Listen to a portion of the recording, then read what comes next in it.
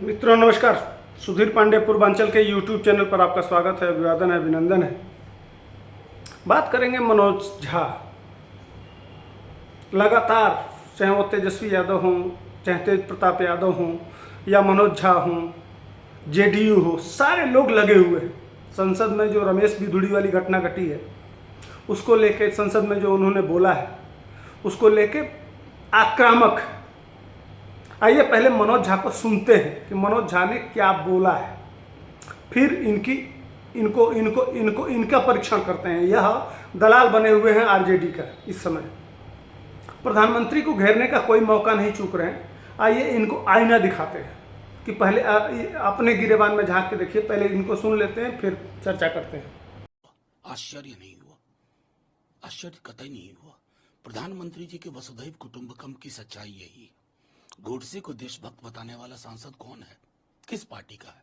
Timbuktu में नहीं है, भोपाल से सांसद है। और कल जो भाषा सदन के अंदर बोली गई, एक सांसद के लिए अगर सदन के अंदर ये भाषा बोली जा रही है तो सोच के देखिए कि सड़कों पर, गलियों में, नुक्कड़ में, गांव में मुसलमानों के खिलाफ, दलितों के खिलाफ, वंचितों के खिलाफ किस तरह की आवाज को, किस तरह की जुबान को लेजिटिमेसी दी गई है। प्रधानमंत्री जी, सबका साथ सबका विकास को जीना पड़ता है। रमेश बिधूड़ी जी आपके माननीय सांसद है और उनके लिए आप एक सख्त शब्द नहीं बोल पाए अभी तक, कुछ भी नहीं। यानी कि मानूंगा ना कि आपकी मर्जी से ही हो रहा है। आपकी मर्जी के बगैर तो आपके दल में एक पत्ता नहीं हिलता। तो बिधूड़ी कैसे हिल गए? आपने सुना मनोज झा को, ये कह रहे हैं कि संसद में जो हुआ उसके लिए प्रधानमंत्री उत्तरदायी और जिम्मेदार है। तो मनोज झा जी, प्रधानमंत्री अगर उसके लिए जिम्मेदार हैं तो बिहार में जितनी घटनाएं घट रही हैं उसके लिए क्या मैं मान लूं कि बिहार में जो सरकार है उसके लिए वह जिम्मेदार है, सारी जिम्मेदारी लेगी? मैं मान लूं कि चंद्रशेखर यादव ने जो कहा उसके लिए तेजस्वी यादव जिम्मेदार हैं, लालू यादव जिम्मेदार हैं, राबड़ी देवी जिम्मेदार हैं और उनके तेज प्रताप जिम्मेदार हैं? यह मान लेना चाहिए ना। जिस तरह से आप प्रधानमंत्री जी को कह रहे हैं उसी हिसाब से हमको भी मान लेना चाहिए। तो क्या मान लूं जो रीतलाल यादव ने कहा उसके लिए तेजस्वी यादव जिम्मेदार हैं, चंद्रशेखर यादव ने जो कहा उसके लिए जो कहा, क्या कहा, साइनाइट, उसके लिए तेजस्वी यादव जानबूझ के कहवा रहे हैं, प्रोवोक करवा रहे हैं और उन्हीं के कहने पे हुआ है या आपके कहने पर हुआ है? आप जो बोल रहे हैं उसके पीछे भी तेजस्वी यादव ही होंगे, इसलिए कि उनके प्रवक्ता हैं, उनके बनाए हुए राज्यसभा सांसद हैं। यह तो आप यही कहा जाएगा। अगर वह संसद में बोल रहे हैं तो आपको भी जिम्मेदारी उठानी पड़ेगी, आपकी पार्टी को भी। बिहार सरकार में तो इसके लिए मान लिया जाए कि दलितों का अपमान, वो महिलाओं के साथ जो छेड़छाड़, जो वीडियो जाए, जो श्रीकांत पासवान के साथ जो लाश के साथ हुआ, उसको भी मान लिया जाना चाहिए आपके हिसाब से।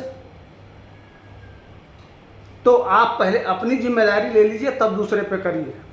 अच्छा चलिए, अभी नई घटना घटी है बेगूसराय में। बेगूसराय की घटना अभी घटी है, उसको भी मान लेते हैं कि वह भी आरजेडी करवा रही है। आइए पहले इस वीडियो को देखते हैं। मंदिर में शुक्र के दिन में आया है, बताइए, मंदिर भोला हुआ, मंदिर को तोड़ दिया है, बेइज्जत किया गया है और 24 घंटा हो गया, अभी तक प्रशासन को एक्शन नहीं लिया गया है। प्रशासन घुस लिया, अभी तक सर कुछ नहीं कर रहा। घुस लिया, कहता है तुमको गोली चला देंगे, बोलता है गोली चला देंगे, बोलता है गोली चला देंगे, पुलिस कहता है गोली चला देंगे। गोली चलाने के लिए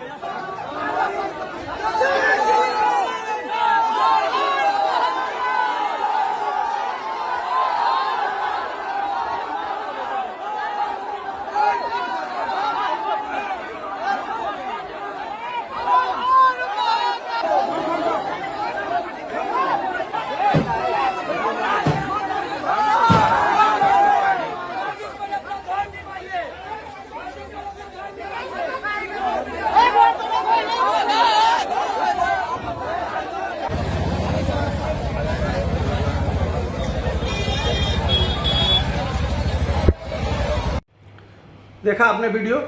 वीडियो में बेगूसराय में एक घटना घट गई है। बेगूसराय में एक मंदिर था, भगवान भोले शंकर का मंदिर था।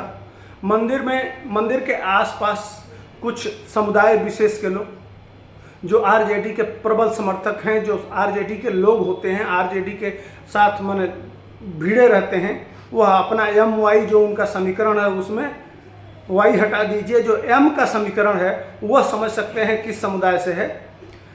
तो उस समुदाय के लोग उस मंदिर के आसपास बैठते थे। वहाँ इलीगल जैसे मांस की दुकान, मच्छी की दुकान, उसमें मंदिर में बैठ के शराब पीना, रोज आए दिन इस तरह के घटनाक्रम हुआ करते थे। स्थानीय लोग इसका विरोध करते थे। जो सुबह सुबह मंदिर में पूजा करने जाते थे, पाठ करने जाते थे, जो अपना नित्य कर्म करने वो आ जाते थे, वहाँ दर्शन करने जाते थे, वो जब पहुँचते थे तो यह सब देखते थे।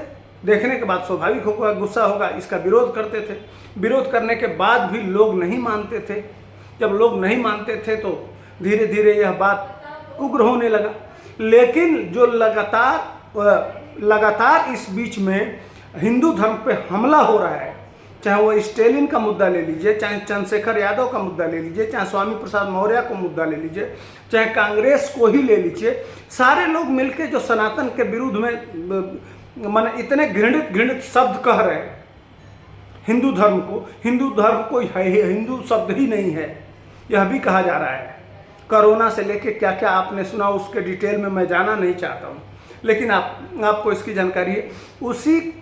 अब समझ ही रहे हैं, यह जब लगातार जब मंत्री ही करेंगे, विधायक करेंगे, उनके समर्थन में तेजस्वी यादव जैसे नेता खड़े हो जाएंगे कि उनको फ्रीडम ऑफ स्पीच है, उनके ऊपर कोई कार्रवाई नहीं होगी, तो स्वाभाविक है कि कार्यकर्ताओं का मनोबल बढ़ेगा। अब कार्यकर्ताओं का मनोबल बढ़ता है तो इतना बढ़ जाता है कि वह शिव मंदिर के शिवलिंग को तोड़ देते हैं। जब तोड़ देते हैं तो बमचक मच जाता है। अब सुबह जब दर्शन करने लोग जाते हैं तो दर्शनार्थी भड़क उठते हैं। वह लोग पता करके बता भी देते हैं कि यह किसका काम है। बिहार सरकार के ऊपर एप्लीकेशन दिया जाता है। हाँ, इसको ये भी बताते चलें कि जो पूर्वोत्तर में उस मंदिर में जाके और दारू और ये मीट मच्छी खाना और वहाँ जो लगातार उत्पात मचाना, उसके अगेंस्ट में थाने में पहले भी सूचना दी जा चुकी थी, लेकिन कोई कार्रवाई प्रशासन के तरफ नहीं होने की वजह से लास्ट में अपराधियों का मनोबल इतना बढ़ जाता है, इतना वो समझ रहे हैं कि सरकार हमारी है, सत्ता हमारी है, हम जो चाहेंगे वो करेंगे। इसी के चलते वह यहाँ तक बढ़ जाते हैं कि शिवलिंग का विच्छेदन कर देते हैं, तोड़ देते हैं। तोड़ने के बाद जब गुस्सा होता है लोगों में और प्रशासन के ऊपर अब फायर होते हैं लोग, तो फायर होने के बाद NH-30 को जाम कर देते हैं, घंटों जाम रहता है। तो उसके बाद से पुलिस आती है तो महान काम करते हुए वहाँ जो प्रदर्शनकारी जो इन विषयों को उठा रहे हैं, जो मांग कर रहे हैं, हालांकि वहाँ प्रदर्शनकारी कुछ दुकानों को बंद करा के कुछ लूटने का भी ऐसा आ रहा है। यह करने लगते हैं गुस्से में कि भैया हमने प्रशासन को कई बार चेताया, कई बार बताया, लेकिन प्रशासन आखिर हमारी बात सुन क्यों नहीं रहा है।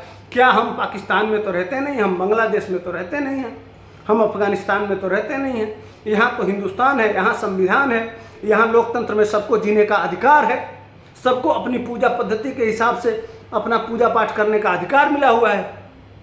अगर दूसरे समुदाय को सारा वह राबड़ी के घर में वो तजिया का पूजन होता हो, सब लोग अपना त्यौहार खुशी खुशी मना रहे हो, तो आखिर हमारे मंदिर में हमको पूजा पाठ करने से रोका क्यों जा रहा है। और उसके साथ साथ उसको तोड़ दिया गया। अब हम बता भी रहे हैं तो प्रशासन कोई कार्रवाई नहीं कर रहा है। इसको लेके लोगों ने जाम लगा दिया।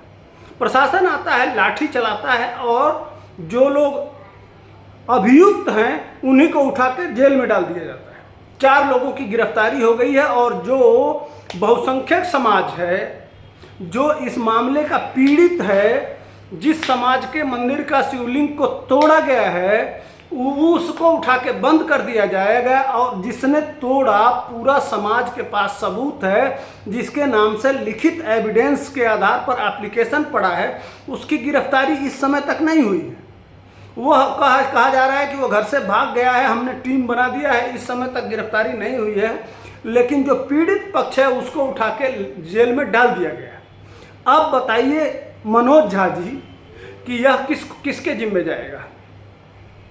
क्या ये तेजस्वी यादव करवा रहे हैं या लालू यादव करवा रहे हैं या नीतीश कुमार करवा रहे हैं? अगर संसद में नरेंद्र मोदी करवा रहे हैं, बुलवा रहे हैं, तो क्या इस काम के लिए भी जिम्मेदारी में तेजस्वी यादव, नीतीश कुमार और प्रशासन को लेना चाहिए ना आपके हिसाब से? या मीठा मीठा गप गप और कड़वा कड़वा थू थू? मानिए फिर, तो फिर तेजस्वी यादव के खिलाफ मुकदमा, अगर तेजस्वी यादव करवा रहे हैं तो उनके खिलाफ मुकदमा। आप कहिए कि ठीक है कि तेजस्वी यादव के खिलाफ मुकदमा लिखा जाए। गजब का दोगलापन है। अरे जिनके घर अपने शीशे के होते हैं वो दूसरे पर पत्थर नहीं फेंकते हैं, पहले अपने गिरेबान में झांक के देखिए। उसके बाद से गिरिराज सिंह केंद्रीय मंत्री आते हैं और वह बताते हैं कि कैसी परिस्थिति है। संजोग से गिरिराज सिंह जो केंद्रीय मंत्री हैं वह भी पहुंच जाते हैं, बेगूसराय उनका अपना लोकसभा क्षेत्र है, और वह पहुंचते हैं और फिर सरकार को सुनाते हैं।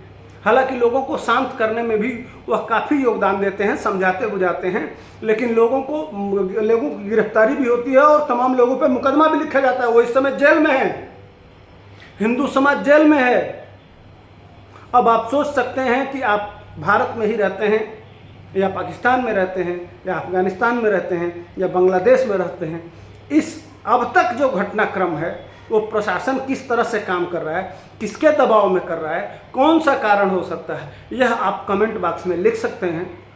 और नहीं तो कुछ लोग तो चमनचूतियाँ हैं, वो आएंगे और गाली लिखेंगे और उनको तो कोई मतलब है नहीं, तो वो खतना करा लें और उसी में जाके शामिल हो जाएं, उनसे हमें कोई दिक्कत नहीं है। इसी के साथ हमको तब तक के लिए दीजिए विदा, फिर मिलेंगे अगले मुद्दे के साथ। जय हिंद, वंदे मातरम।